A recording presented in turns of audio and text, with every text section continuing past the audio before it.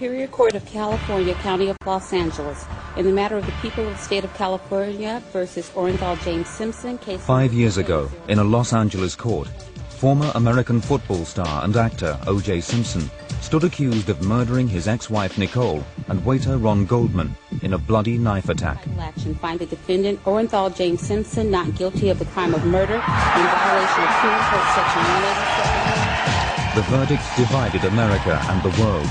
In the eyes of many, despite his repeated protestations of innocence, he was and remains a guilty man. But the world has not been told the full story. Tonight, this film reveals that the evidence heard in court was only part of the real picture. It also reveals that clues which pointed away from Simpson as the killer were dismissed or ignored. But there was also another major line of inquiry that the authorities, believing that Simpson was the sole suspect, they also dismissed the leads provided by Nicole and Simpson's other life, involving sex and drugs, which might have provided another motive for the murders. This case is in the West End, or West LA, or West Hollywood. Drug usage is like tea, it's like coffee.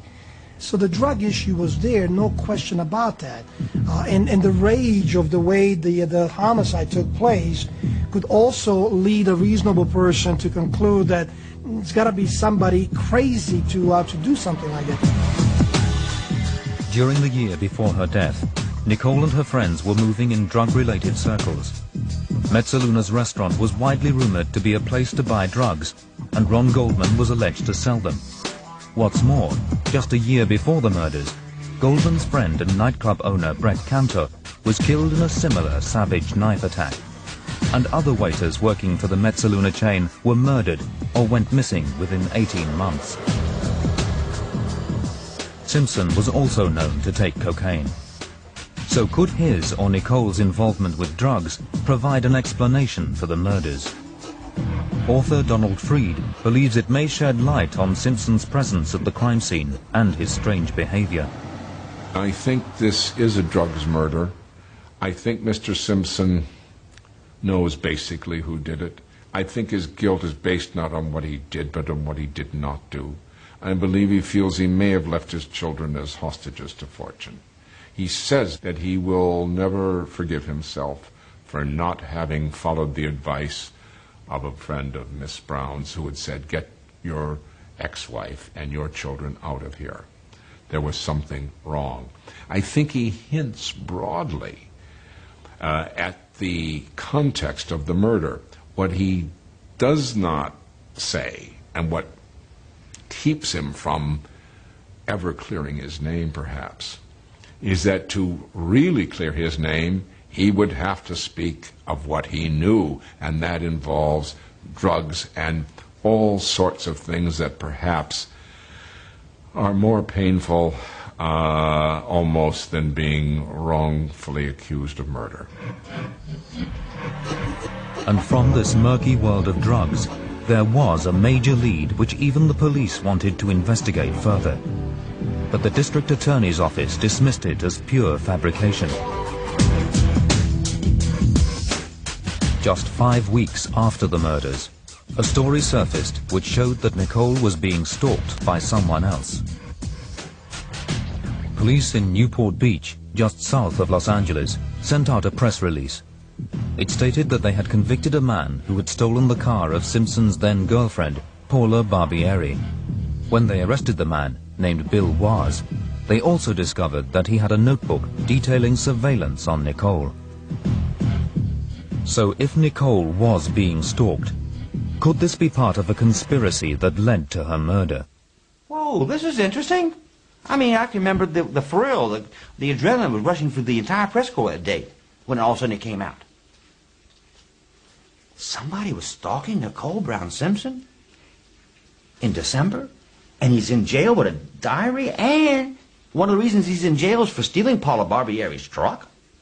Whoa, a lot of coincidences here, a lot of interest. CNN raced to get the news story. Why did they hire you to follow Nicole? They wanted to know who she was seeing, who she was meeting. Who hired you? Could you tell me? You don't want to tell me? I can't tell you that. That's pushing it. You know, I have my life too, you know. It's not much, but it's all I got. The Los Angeles police took Waz's story seriously too. They sent one of their most experienced murder detectives on the case to Calipatria prison to check it out.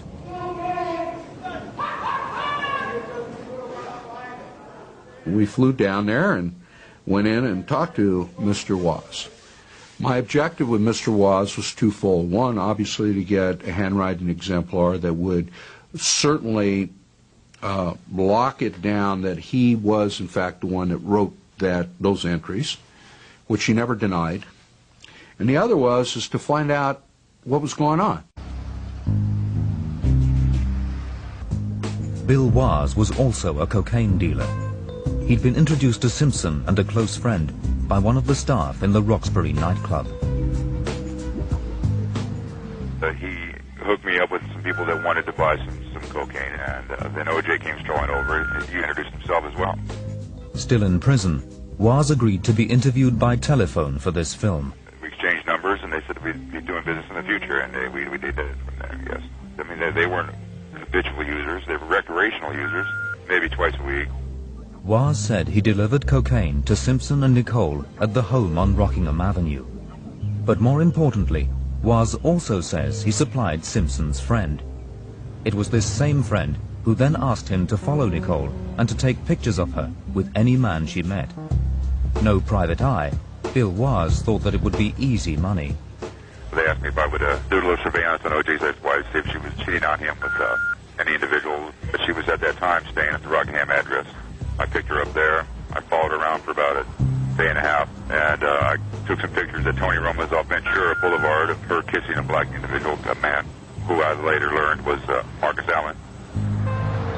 Nicole's affair with American football star Marcus Allen had already caused friction. Armed with the rolls of film, Waz met Simpson's friend, who can't be named for legal reasons, in the parking lot of McDonald's on Ventura Boulevard. I believe I turned over the film and got the cash to him at the parking lot in Encino, McDonald's. And 10 days after that, he invited me over to his house. Remarkably, the friend then asked Waz to steal Simpson's girlfriend's four-wheel drive car. Waz was told when and where to take it, even where the keys would be.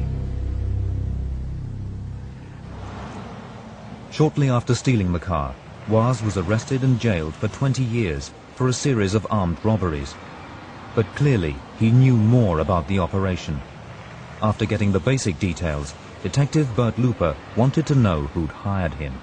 I asked him, well, who are these people? Were they friends of OJ, or, well, they're close to OJ, and then he starts asking me some questions. Waz asked Detective Looper how much he knew about this particular friend of Simpson's. Well, maybe you should look into his background. Maybe you should be looking into his friends. Well, if you're listening to what he's telling you, then the connection back to OJ is there. All right, so why would OJ want to follow Nicole, and why would OJ's friend hire this dope-dealing drug addict to do it?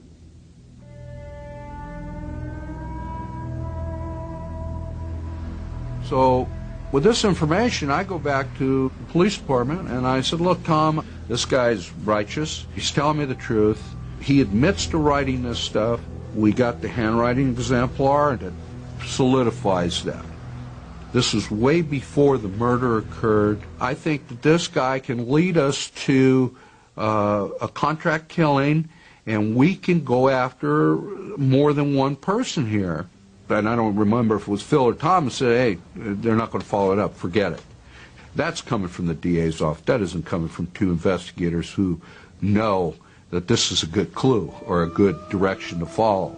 For the prosecution, Waz's story didn't fit with the notion of Simpson as the jealous husband and lone killer. Just 2 months after the murders, and before the court case had even begun, the investigation was dropped. While we're all running around trying to get some answers to this, we're told by both sides, another one of those cranks. Guys, don't worry about it. That notebook was made up in prison. It's a forgery. It's a fake. Forget about it. Go on. So, and I'm ashamed to say I was one of the press I was one of the people at the middle of the press corps at that time. And because we had so many things like coming and going like that, I'm embarrassed to say I believed them, since both sides put it out so categorically. And it made sense. Another criminal trying to make money off of the OJ Simpson case. But 4 years later, Joe Bosco discovered that the Waz notebook was not a forgery as he had been told. He then tracked Waz down to interview him. Still in prison, Waz told him the full story.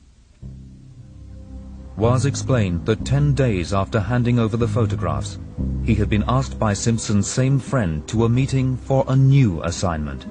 It was venerating rage, how much she caused OJ, how she talked too much about business ventures, of her sleeping with a lot of his friends. It would be safe to say that she kind of pushed the envelope a little bit there. So. But tonight, he also reveals that Simpson's friend then hired him as a hitman to kill Nicole. Basically made the proposition.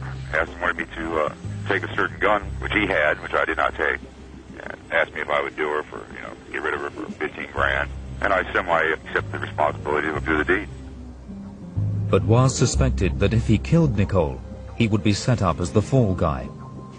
I believe that they'd have had me done the deed, either A, framed me for it, or B, killed me on the spot and placed me as some kind of psycho stalker of OJ's women or something, who knows. But I already saw that coming, sort of, so that's why I never even intended to do the deed.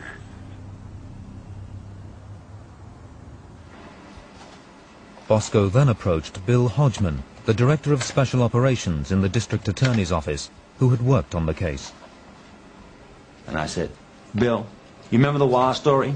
Is it worth following up on? Is it worth my time? And Bill Hodgman said something I'll never forget.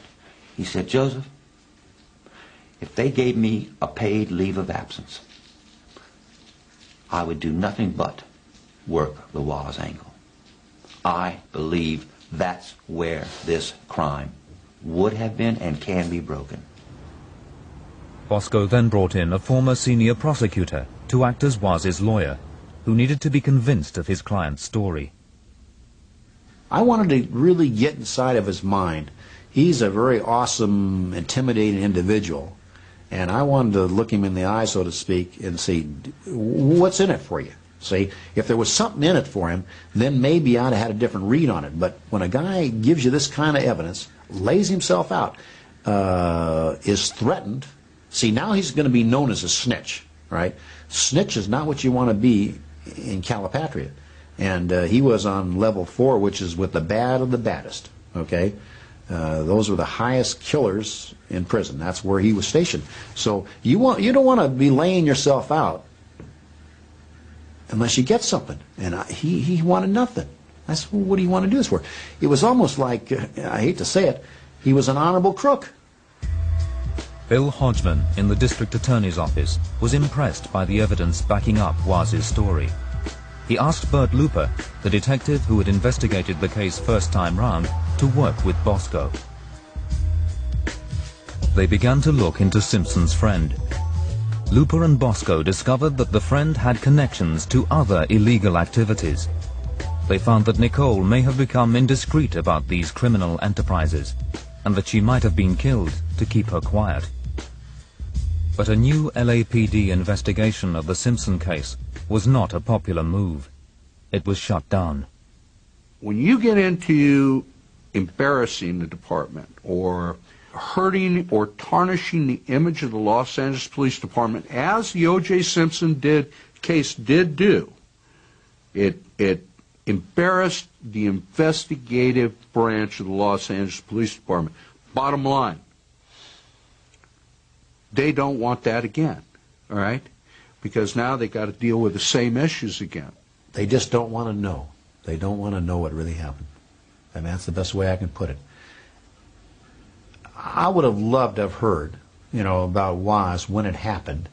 I would have loved to have seen what was the reason why you guys don't want to follow his lead. Can't hurt you.